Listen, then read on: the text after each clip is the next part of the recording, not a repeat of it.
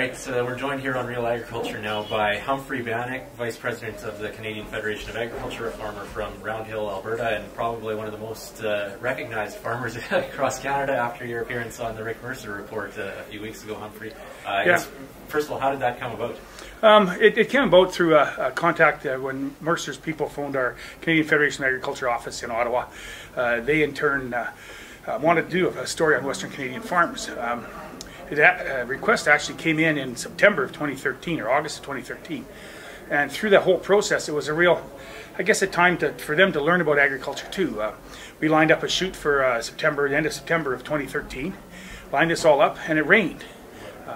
Their comment to me was, well, what can we do when it rains? And I said, we can't do anything. We can drive around and kick the tires, eh? And then I explained to them, I guess this is part of the advocacy and learning process, is that we naturally air dry our grain. So when you hang your clothes or things outside on the line and they won't dry, our grain won't be drying and we will not be combining. So I guess it was a real eye-opening experience for both Rick Mercer and his production staff to understand that part of that natural air drying around grain, and we need good weather to harvest our grain. And the amount that farmers have to rely on what nature provides us. Yeah, I mean, everyone out there understands the variability, the volatility in weather, and those are things that are a huge part of our daily lives.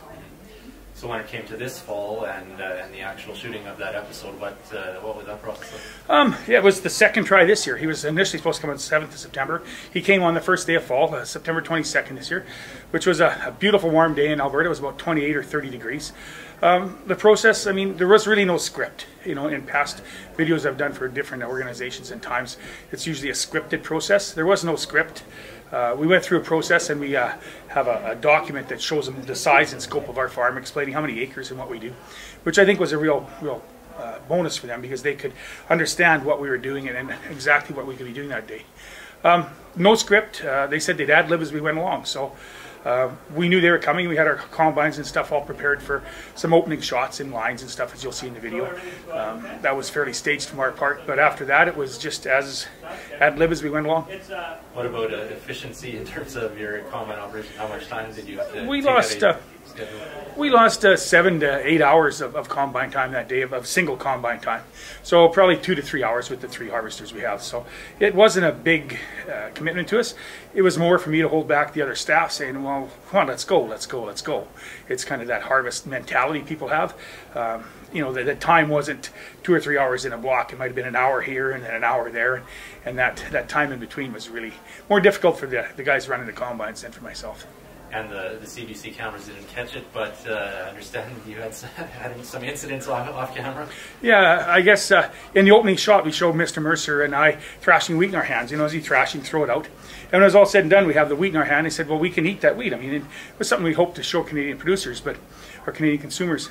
When each of us threw our wheat in our mouths, he got a little wheat hull stuck in the back of his throat, and he was choking and spitting and coughing for quite a little while to get this stuff out. So it was a real challenge for him. He worked very diligently to get it out. He was probably half an hour or 40 minutes trying to get this wheat hull out of the back of his throat so that he could continue on with the talking, because he can't be intermittent all day and coughing with it. So it shows how hard they have to work to really make these shows. And you didn't have to resort to CPR or anything? No CPR. You know, we told him that, you know, when we have, there's other issues we have around the farm, there are other answers we have with livestock, but he wasn't all that open to those answers. And you got to show him some of the fun family aspects of what farm life is about?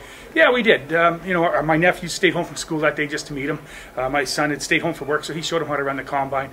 So I think it showed that our family, it's a very family-based business. We have family values, go into our decisions, family operate the farm. So I think that it showed that very well, that a large Canadian grain farm can be still a family operation. So why, or I guess first, did you have second thoughts about taking time out of your schedule to accommodate this, or why did you say yes to it? I truly believe in advocacy for agriculture. I mean, this is the video's had over 24,000 views on YouTube to date. That's 24,000 people around the world who understand what Western Canadian agriculture is about that did not have an understanding before, a large part of them. That part is absolutely huge to us, and that's not the people that saw it live on CBC or all this other stuff. That reach out is critical to us.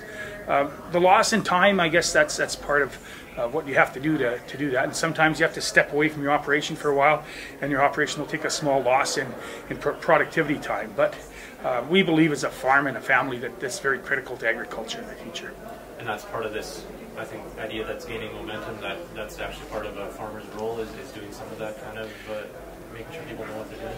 It is. It's very critical for us to continue to show agriculture, to showcase agriculture to our consumers and to our urban counterparts. Because just as a presentation I'm doing tonight, I'm going to talk that in 1930 and 36, over half our population lived on farms, and the half of the population that did live on farms were very closely tied to farms.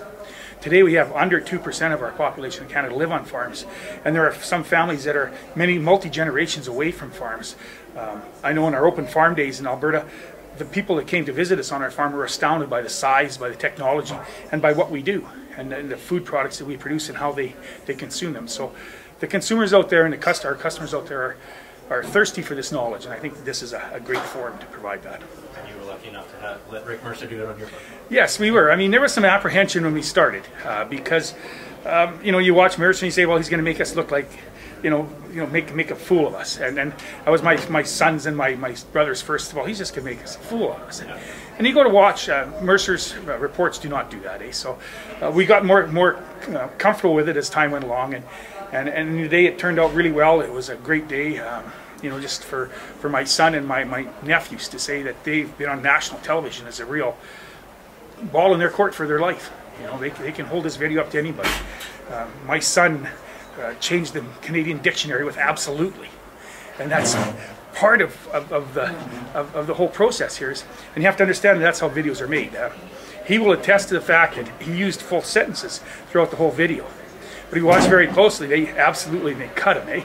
Okay. And he's not disappointed in it, but he's taking a lot of ribbing from his friends and people he know that they about the absolutely thing. All right. Well, glad it was. I guess it was a win for all the parties involved. Yeah, it was. It was a win for all of it. Rick Mercer's had some of his biggest pushback, or not pushback, but questions. He's done a number of interviews with Western media about how the video went and Western Canadian things. So it's a win both for agriculture and for the Mercer report. Thank you, Humphrey. Thank you very much.